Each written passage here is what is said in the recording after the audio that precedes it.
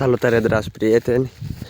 Am zis să filmez un pic văcuțele mai îndeaproape, că am mai pus ceva videoclipuri cu ele, dar din alea scurte. Au fost în gardul electric în altă parte și le-am adus aici, că aici au mâncare mai bună. De fapt, de aici am cosit o tava și acum a crescut înapoi.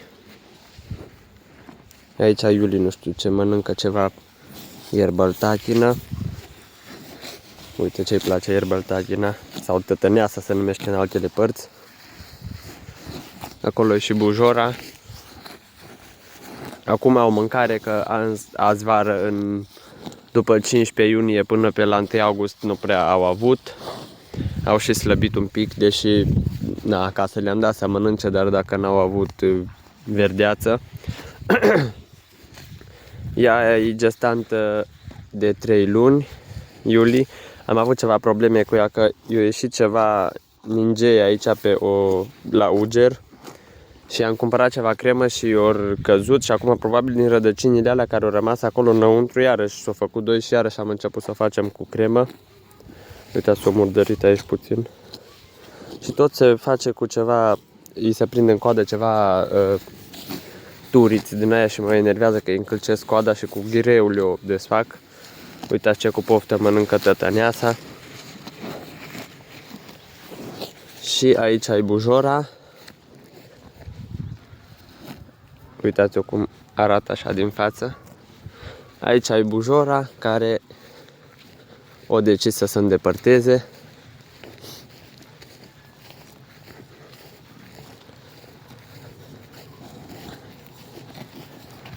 Bujora și ea paște liniștită. Bujora e gestantă,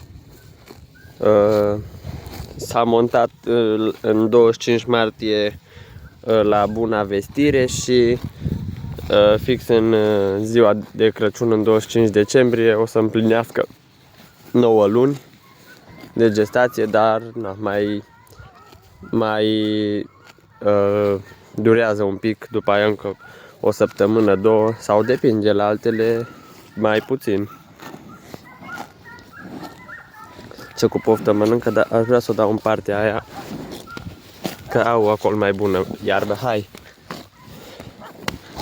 Hai, bujora! Și ea s-a murdărit și orice aș face cu ea, oricât ai țesăla-o aici, în spate, se murdărește. Hai! Aici, că aici aveți mâncare mai bună. Nu știu ce câine se aude pe aici, pe undeva. Uitați aici ce mâncare bună au. Pirul ăsta îl mănâncă foarte bine. Uitați la Iuli, cel mai devorează. Tot tătăneasa mănâncă, uite. N-am ce să-ți dau, Iuli. Vine la mine că crede că îi dau pâine. Uitați acolo încă o vacă. Al lui un domn. E recent cumpărată. Uitați iarăși tătăneasa. Deși până acum în vară, acolo, că dincolo de valea asta, e tot terenul unde pasc ele, e gard electric. Și acolo e plin de tătăneasă și de limba boului. Și nu o mâncau, văd că acum le place, probabil de ce-i crudă asta. Și uitați aici, menta. Ce frumos miroase. Iuli nu prea o mănâncă, dar bujora da. Crede că le dau pâine. Dimineața, dacă vine mașina cu pâine și eu fix atunci cu ele pe drum să mă duc, să le duc în gardul electric, trebuie să aibă grijă oamenii că le fură pâinea din mână.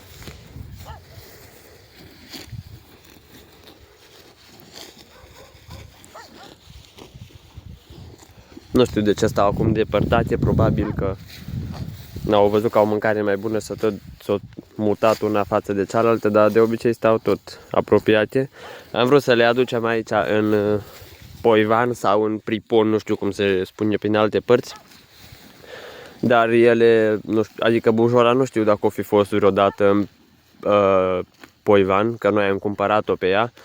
Dar Iuli anul viitor, în 18 mai, o să fac 6 ani, că noi am crescut-o de micuță și nu a fost niciodată și mi-a fost frică că toți se suceau, se învârteau pe aici și decât să pățească ceva, am zis că mai bine vin și stau cu ele.